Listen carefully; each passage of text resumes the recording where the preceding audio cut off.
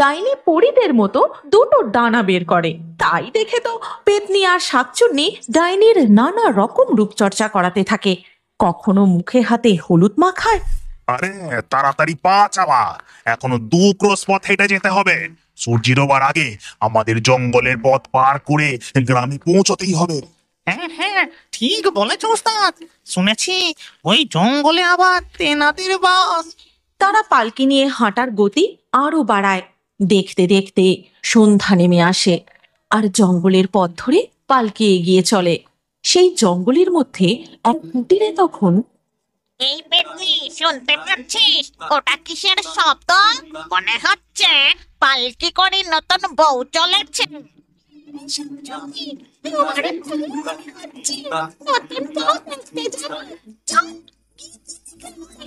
তারপর শাকচুন্নি আর পেতনি ডাইনির ঘরের দিকে যায় আর গিয়ে বলে, দিদি দিদি, জঙ্গলের পথ ধরে পালকি করে নতুন বউ যাচ্ছে। চল না, গিয়ে আমরা নতুন বউ দেখি। বেঁচে থাকতে আমাদের তো কারোর বিয়েই হলো না, কিন্তু আমার নতুন বউ দেখতে খুব ভালো লাগে। চল না দিদি। না, আমি যাব না, তোরা যা। তবে শোন, ওদেরকে একদম ভয় দেখাবি না। এই কথা বলেই পেতনি আর শাকচুন্নি জঙ্গলের পথের ধারে একটি গাছের ডালে বসে পা দোলাতে থাকে আর পালকি করে আসা নতুন বউকে দেখার চেষ্টা করে।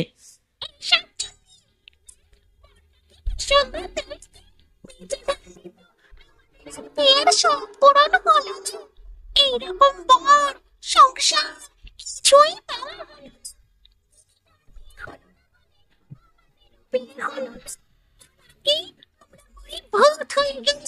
হ্যাঁ রে পেতনি, এদের দেখে যে আমারও খুব বিয়ে করতে ইচ্ছে করছে।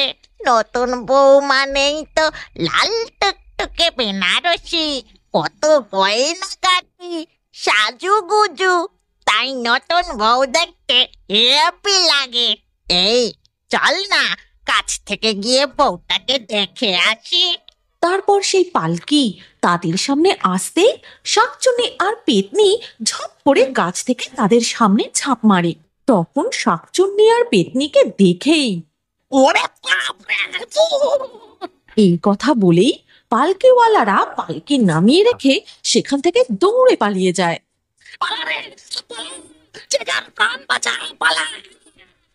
কোথায় পালাচ্ছ তোমরা?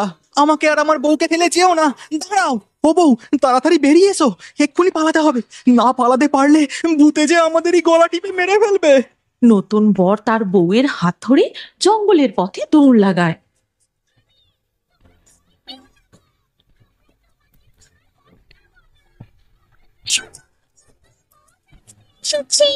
পেতনির গলা শুনে নতুন বর বউ আরো জোরে দৌড়তে থাকে, আর শাকচুন্নি ও পেতনি তাদের কুটিরে ফিরে আসে। এরপর ধীরে ধীরে রাত পেরিয়ে সকাল হয়ে যায়।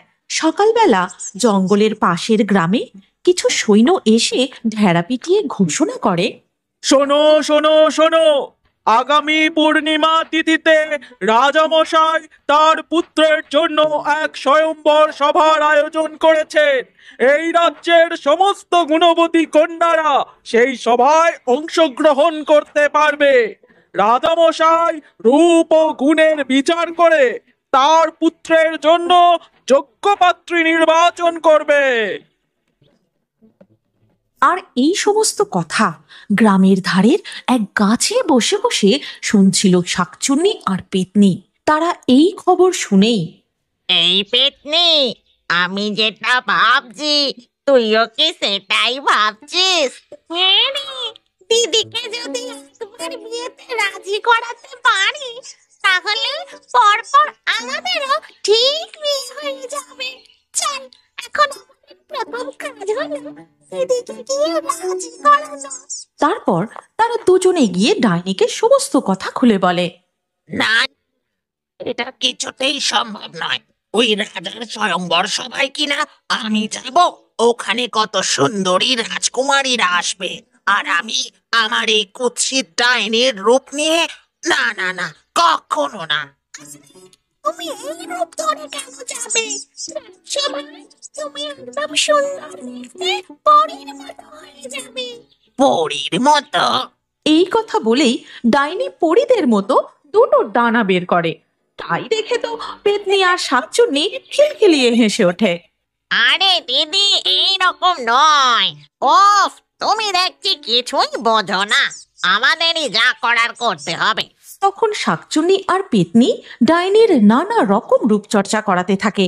কখনো মুখে হাতে হলুদ মাখায়, আবার কখনো চন্দন, মধু ও নানান রকম ভেষজ উপকরণ দিয়ে মিশ্রণ বানিয়ে মুখে লাগিয়ে দেয়।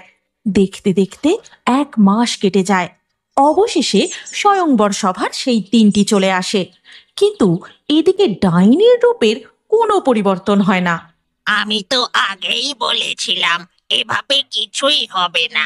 আমি যে কুৎসিত দেখতে এক ডাইনি, এই রূপ নিয়ে আমি রাজার স্বয়ংবর সভায় যেতে পারবো না।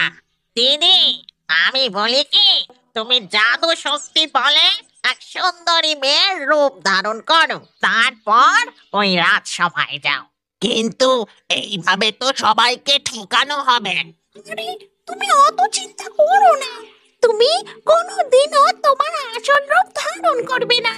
আর তোমার বিয়ে হয়ে গেলে তোমাদের দুই বোনের ঠিক বিয়ে হয়ে যাবে। দিদি, তুমি এবার রাজি হয়ে যাও। তারপর ডাইনি এক সুন্দরী মেয়ের রূপ ধারণ করে রাজপুত্রের স্বয়ংবর সভায় উপস্থিত হয়। সেখানে আরো অনেক সুন্দরী মেয়েরাও ছিল, কিন্তু রাজপুত্রের ডাইনিকে প্রথম নজরেই পছন্দ হয়ে যায়। তোমরা সকলে শোনো, আমার বাগানের ফুল দিয়ে যে সব থেকে সুন্দর এবং দ্রুত একটি মালা প্রস্তুত করতে পারবে তাকেই আমি আমার স্ত্রী হিসেবে বেছে নেব। তারপর সকলে মিলে বাগানের ফুল দিয়ে মালা প্রস্তুত করা শুরু করে। তাদের মধ্যে ডাইনি দ্রুত সবার থেকে সুন্দর একটি মালা তৈরি করে। তাই দেখে রাজপুত্র বলেন, এই মালাটি সব থেকে সুন্দর হয়েছে। কে তুমি? কি তোমার পরিচয়? আমার নাম উর্মিমালা। পিতা, আমি উর্মিমালাকেই আমার যোগ্য স্ত্রী হিসেবে বেছে নিলাম। আমি উর্মিমালাকেই বিবাহ করব। তারপর খুব ধুমধাম করে রাজপুত্র ও ডাইনি রূপী উর্মিমালার বিবাহ সুসম্পন্ন হয়। ডাইনি ছদ্মবেশ ধরেই সংসার করা শুরু করে। এরপর বেশ কিছুদিন কেটে যায়।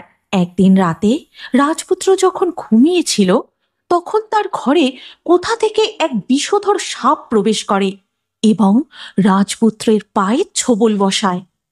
আহ! আমার পা জ্বলে যাচ্ছে। আহ আহ ওগো, ওগো, কে কোথায় আছো? তাড়াতাড়ি এসো, আমার স্বামীকে যে সাপে কেটেছে। তাদের চিৎকার শুনে রাজামশাই, রানীমা এবং রাজগুরু সেখানে উপস্থিত হন। কিন্তু ততক্ষণে রাজপুত্রের মুখে ফেনা কেটে সারা শরীর নীল হয়ে যায়। এ কি হয়েছে আমার পুত্রের? এই যে কোনো কাল নাগিনীর ছবল মনে হচ্ছে। রাজপুত্রের গোটা শরীরটা নীল হয়ে গেছে। এক্ষুনি এই বিষ বের করতে না পারলে যে রাজপুত্রকে আর বাঁচানো যাবে না। তখন উর্মিমালার ছদ্মবেশে ডাইনি মনে মনে সিদ্ধান্ত নেয়, আমাকে কিছু একটা করতেই হবে, না হলে যে রাজপুত্রকে বাঁচানো যাবে না। কিন্তু তার জন্য যে আমাকে আমার আসল ডাইনি রূপে ফিরে আসতে হবে। আর ডাইনির রূপে এলে তো আমার আর এখানে সংসার করা হবে না। এরা আমাকে দূর দূর করে তাড়িয়ে দেবে। কিন্তু এখন আমার কাছে আমার স্বামীর প্রাণ বাঁচানোটাই একমাত্র লক্ষ্য। তাতে যদি আমার সংসার না করা হয়, না হবে। এই কথা ভেবেই উর্মিমালা আসল ডাইনির রূপে ফিরে আসে আর রাজপুত্রের পা থেকে সমস্ত বিষ তুলে নেয়। রাজপুত্র সাথে সাথে সুস্থ হয়ে ওঠে। কিন্তু পুত্রবধূর এমন ভয়ঙ্কর ডাইনি রূপ দেখে রানীমা বলেন, ও বাবা গো, এই যে এক ডাইনি! ডাইনির সাথে আমার ছেলের বিয়ে হয়েছে। না না না, এ বিয়ে আমি মানি না। মহারাজ, আপনি এক্ষুনি এই ডাইনিকে মহলের বাইরে বার করে দিন। না মা, তা হয় না। উর্মিমালা ডাইনি হোক আর যাই হোক, আমি ওকে অগ্নি সাক্ষী করে বিয়ে করেছি। আজ ওর জন্যই আমি জীবিত। আমি কখনো ওর হাত ছাড়বো না। আমি ওর সাথেই সংসার করব। রাজপুত্রের জেদ দেখে রাজামশাই ও রানীমা দুজনেই খুব চিন্তিত হয়ে পড়েন এবং রাজগুরুর দিকে তাকিয়ে বলেন, রাজগুরু, আপনি এর কোনো সমাধান বলে দিন। একটা উপায় আছে, সে অনেক কঠিন কাজ। সেটা যদি এই ডাইনি করতে পারে, তাহলে এই ডাইনি পুনরায় মানুষ হয়ে যাবে। সাপুরে শ্বেত নাগিনীর ঝুড়ি যেই খোলে, সাথে সাথে চোখের পলক পড়তেই সাপুরের হাতে ছোবল মেরে দেয় সেই শ্বেত নাগিনী। পলাশপুর গ্রামের এক ছোট্ট মাটির কুঠিরে মাধব, তার স্ত্রী ললিতা, ছেলে বিশাল ও তাদের ছোট্ট মেয়ে খুশিকে নিয়ে থাকত। তাদের আর্থিক অবস্থা খুব একটা ভালো না হলেও তারা বেশ সুখে শান্তিতে দিন কাটাচ্ছিল, কারণ তারা ছিল মা মনসার খুব বড় ভক্ত। আর তাদের বাড়ির উঠানের সামনে ছিল মা মনসার একটি ছোট্ট মন্দির। ললিতা খুব ভক্তি ভরে সকাল বিকাল মা মনসার পূজা করত। একদিন সকালে, গিন্নি, ও গিন্নি, কোথায় গেলে গো তুমি? তাড়াতাড়ি এদিকে এসো, আমার মাঠে যেতে দেরি হয়ে যাচ্ছে তো। সকালবেলায় তো ডাকাডাকি করছো কেন? আমি সবে তো স্নান সেরে উঠলাম, এখনো মা মনসাকে পুজো দেওয়া বাকি। শোনো, আমি জমিতে গেলাম। বেলা বেড়ে গেলে রোদের তাপে কাজ করা যায় না, বড্ড কষ্ট হয়। আর আজ আমি বিশালকে সাথে নিয়ে গেলাম, একা সবটা সামলাতে পারছি না। বেশ, ঠিক আছে, সাবধানে যেও। দুগ্গা দুগ্গা দুগ্গা দুগ্গা। তারপর মাধব বিশালকে নিয়ে জমিতে চলে যায়, আর ললিতা ভক্তি ভরে মায়ের পুজো করে, ভোগ নিবেদন করে। ঠিক তখনই শ্বেত নাগিন, মনে হচ্ছে বউটার পুজো করা হয়ে গেছে। শঙ্করধ্বনি শোনা যাচ্ছে। যাই, আমি এবার গিয়ে প্রসাদগুলো নিয়ে আসি। হ্যাঁ কালনাগ, বাড়ির মানুষগুলো বড্ড ভালো। বউটা রোজ দুবেলা ভক্তি ভরে মায়ের পুজো করে, মাকে ভোগ নিবেদন করে, আর সেই ভোগ আমরা খাই। তুমি ঠিক বলেছ নাগিন, আমরা কত যুগ ধরে এই বাড়িতে মা মনসা দেবীর মন্দিরের পাশের গর্ততেই রয়েছি। আমাদের এখানে থাকতে কোনোদিনও কোনো অসুবিধাই হয়নি। তুমি দেখো, মা এদের সব সময় রক্ষা করবে।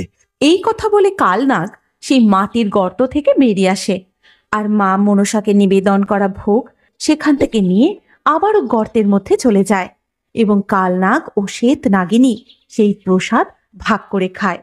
দেখতে দেখতে সন্ধ্যা নেমে আসে, আর সন্ধেবেলা ললিতা মা মনসা দেবীর কাছে সন্ধ্যা প্রদীপ দেখাতে গিয়ে দেখে, ওগো শুনছো, তুমি তাড়াতাড়ি বাইরে এসো, দেখে যাও তাড়াতাড়ি। তারপর মাধব বাইরে বেরিয়ে আসে, বিশালও তার বোন খুশিকে কোলে নিয়ে বাইরে বেরিয়ে আসে। কি হয়েছে গো? কি দেখবো?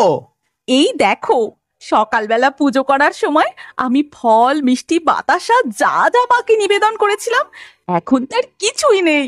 নিশ্চয়ই মা আজও নিজে এসে এই প্রসাদ গ্রহণ করেছেন। মা গো, তুমি এইভাবেই আমাদের সহায় হয়েও মা। জয় মা মনসা, জয় মা মনসা, জয় মা মনসা। জয় মা মনসার জয়, জয় মা মনসার জয়। এই কথা বলে তারা সেখান থেকে চলে যায়। কালনাগ ও শ্বেত নাগিনী প্রতিদিনই গর্ত থেকে বেরিয়ে ললিতার দেওয়া পুজোর ফল মিষ্টি খেয়ে থাকে। তারপর তারা মন ভরে তাদের পরিবারকে আশীর্বাদ করে। কিন্তু একদিন সকালে, তৃষ্ণায় গলাটা একেবারে ফেটে যাচ্ছে।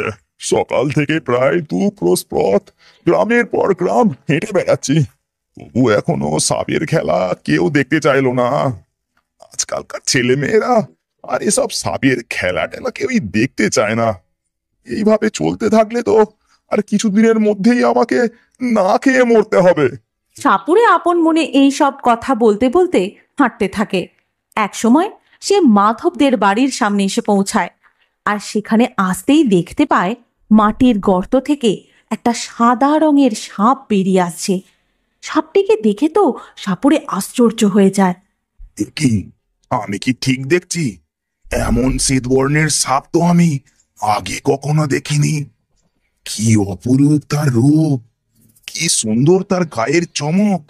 এই সাপের খেলা দেখালে সবাই খেলা দেখতে বাধ্য। যেভাবেই হোক, একে আমাকে ধরে আমার পুঁটলিতে ভরতেই হবে। এই কথা বলে সাপুরে পিছন থেকে গিয়ে খপ করে সেই সাপটার গলা ধরে উপরে তুলে নেয়। শ্বেতনাগিনী প্রচন্ড ভয়ে চিৎকার করতে থাকে। একি, তুমি আমাকে এভাবে ধরলে কেন? ছেড়ে দাও, ছেড়ে দাও বলছি।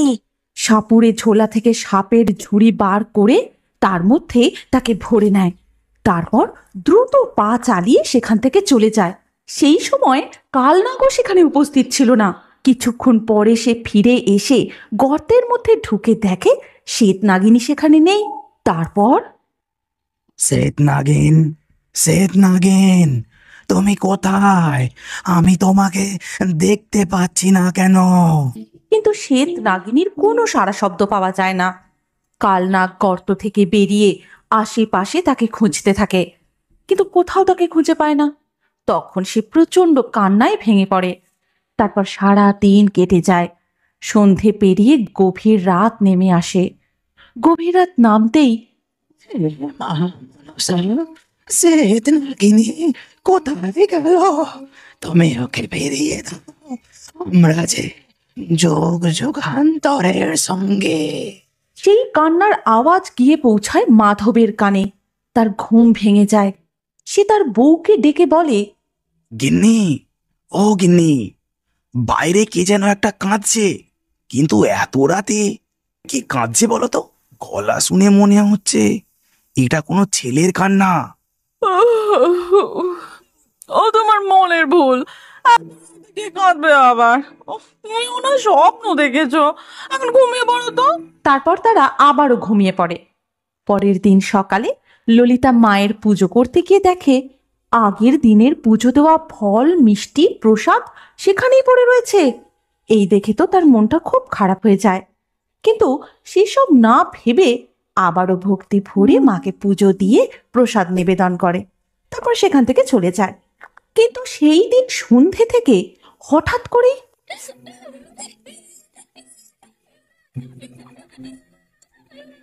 হ্যাঁ গো, কি হলো বলো তো? হঠাৎ করে মেয়েটা এত কাঁদছে কেন? ঠিক তখনই বিশালও কাঁদতে কাঁদতে ভিতরে আসে। মা গো, আর পারছি না। আমার যে খুব পেটে যন্ত্রণা হচ্ছে মা, খুব কষ্ট হচ্ছে। ও মা, আর পারছি না। ছেলে মেয়েটার কি হলো বলো তো? সারাদিন তো ঠিকই ছিল, হঠাৎ করে এত শরীর খারাপ। আমাদের গ্রামে তো কোনো ভালো ডাক্তারও নেই, শহরে নিয়ে যেতে হবে। কাল সকালের আগে তো কিছুই সম্ভব না।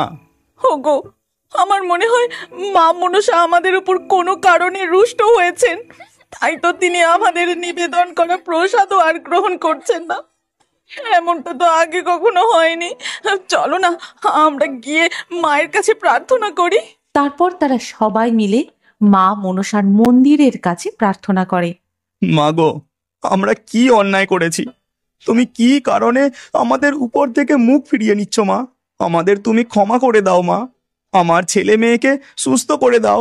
এই বলে তারা মা মনসার মন্দিরের সামনে কান্নাকাটি করতে থাকে।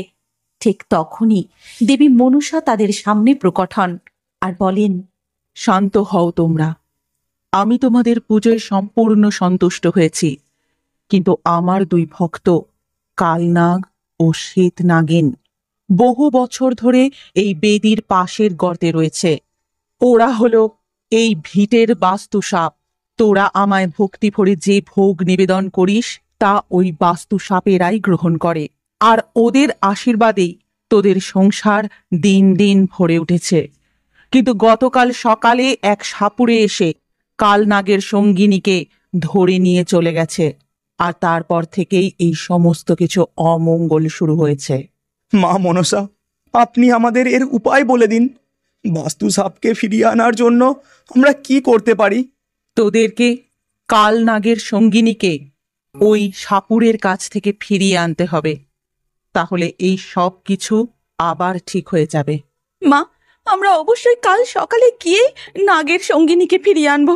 আপনি বলুন মা, সেই সাপুরেকে আমরা কোথায় খুঁজে পাবো?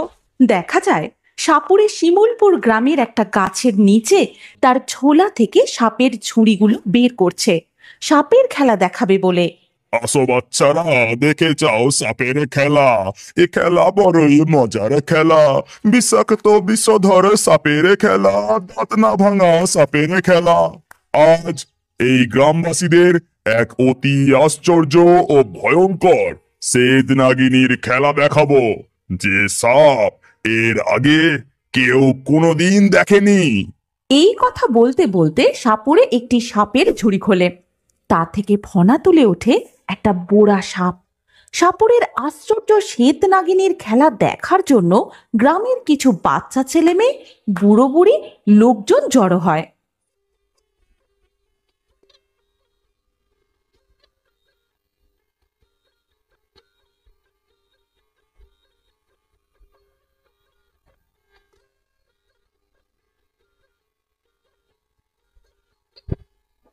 কি গো সাপুরে ভাই, তুমি যে বললে আশ্চর্য শ্বেতনাগিনীর খেলা দেখাবে, সেটা কোথায়?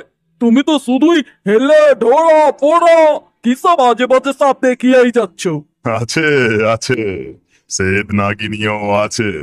এইবার তোমাদের সামনে বেরোবে সেই অতি আশ্চর্য শ্বেত নাগিন। এই কথা বলে সাপুরে শ্বেত নাগিনীর ঝুড়ি যেই খুলে, সাথে সাথে চোখের পলক পড়তেই সাপুরের হাতে ছবল মেরে দেয় সেই শ্বেত নাগিনী। আর এই ভয়ঙ্কর দৃশ্য দেখে সেখানকার সমস্ত লোকজন ভয়ে এদিকে ওদিকে ছুটে পালায়। মা মনসা আমাদের এই গ্রামের কথাই তো বলেছিলেন, এখানেই নাকি আমরা সাপুরেকে খুঁজে পাবো। কিন্তু কোথায় সেই সাপুরে? ওই দেখো গিন্নি, ওই গাছের নিচ থেকে সব লোকজন ওইভাবে এদিক ওদিক ছুটে পালালো কেন বলো তো? চলো তো গিয়ে দেখি। তারপর মাধব ও ললিতা সেই গাছের নিচে গিয়ে দেখে এক সাপুরে মাটির উপর পড়ে রয়েছে আর তার মুখ দিয়ে ফেনা কাটছে। আর দেখে সব কটা সাপ রাখার ঝুড়ি একেবারে ফাঁকা।